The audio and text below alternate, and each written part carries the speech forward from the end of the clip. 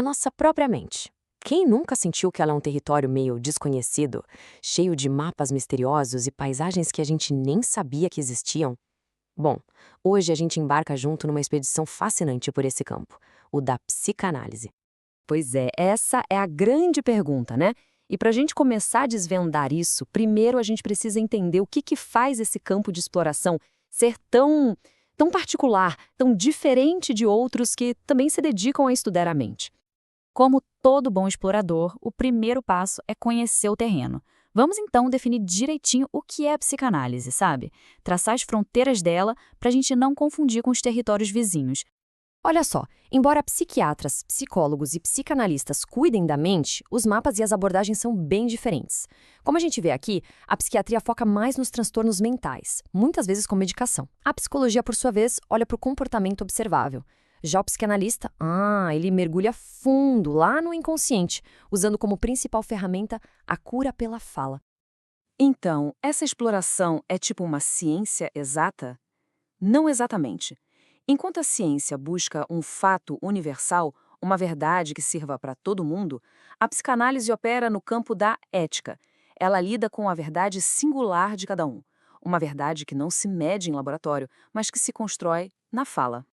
Essa citação, ela captura perfeitamente essa essência da psicanálise como uma arte de investigar. E como toda arte de exploração, ela começa com um mapa das partes gigantescas e ocultas do nosso mundo interior. Todo explorador precisa de um mapa confiável, certo? Para a psicanálise, o mais famoso e, olha, o mais revelador de todos é aquele modelo da mente como um iceberg. Esse modelo é genial na sua simplicidade. Ele mostra que aquilo que a gente conhece sobre nós mesmos, o nosso consciente, é só a pontinha do iceberg. A maior parte de tudo, nossos desejos, medos, memórias reprimidas, está tudo submerso. É lá, no inconsciente, que, segundo Freud, mora nossa verdadeira realidade psíquica. Bom, se o nosso eu não é o único mestre na casa da nossa mente, então quem mais está no comando? A resposta está numa luta dinâmica que não para nunca.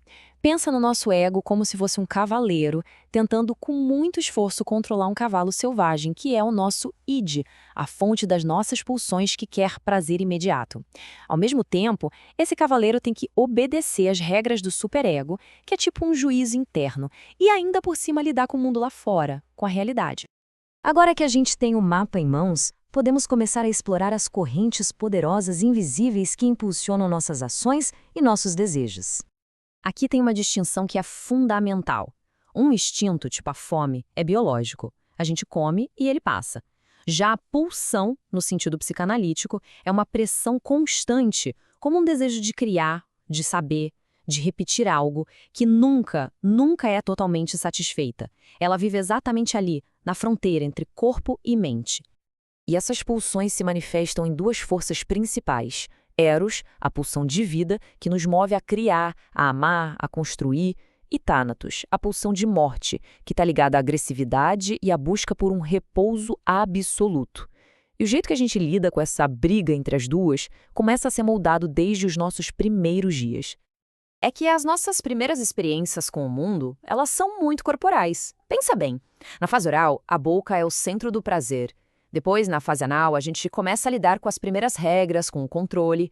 E na fase fálica surge o famoso complexo de Édipo, nosso primeiro grande drama de amor, rivalidade e lei. O ponto crucial é que são essas experiências lá do comecinho que moldam a arquitetura da nossa mente. É aquela ideia, a criança é de fato o pai do homem.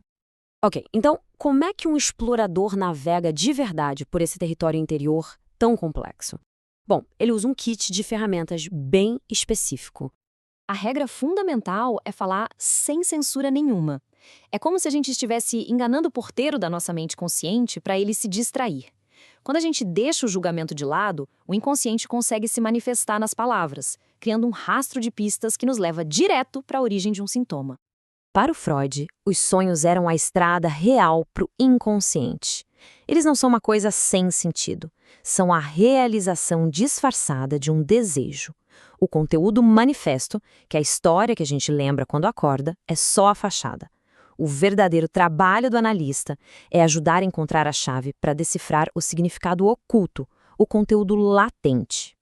A transferência, essa talvez seja a ferramenta mais poderosa de todas. É quando sentimentos e padrões de relacionamentos do passado, muitas vezes com os pais, são projetados e revividos ali, na figura do analista.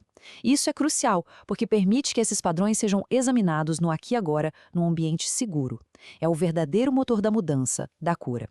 Mas por que fazer uma exploração tão profunda e que às vezes pode ser difícil? Porque é isso que nos ajuda a entender as nossas experiências humanas mais fundamentais. A psicanálise nos dá uma linguagem para as nossas dores mais profundas. Ela nos ajuda a entender o trauma não como um evento que simplesmente passou, mas como fósseis psíquicos, sabe? Vivências que continuam ativas e dolorosas no inconsciente. E também nos permite ver a diferença gigantesca entre o luto, que é um processo natural de elaborar uma perda, e o estado paralisante da melancolia. No luto, o mundo se torna pobre e vazio. Na melancolia, é o próprio ego que se torna pobre e vazio. Essa distinção é tão poderosa e ela nos leva direto ao propósito final da nossa expedição. Então, por que a psicanálise ainda importa tanto? Num mundo de respostas rápidas, de soluções instantâneas, talvez a jornada para dentro, o ato de se dar tempo para perguntar quem sou eu, seja a exploração mais necessária e mais recompensadora de todas. Essa jornada para o interior nos deixa com uma compreensão muito mais profunda de nós mesmos. E como sugere essa citação, é nesse autoconhecimento que a gente encontra a capacidade de se conectar de verdade com os outros, descobrindo uma verdade não só sobre nós, mas sobre o que realmente significa amar.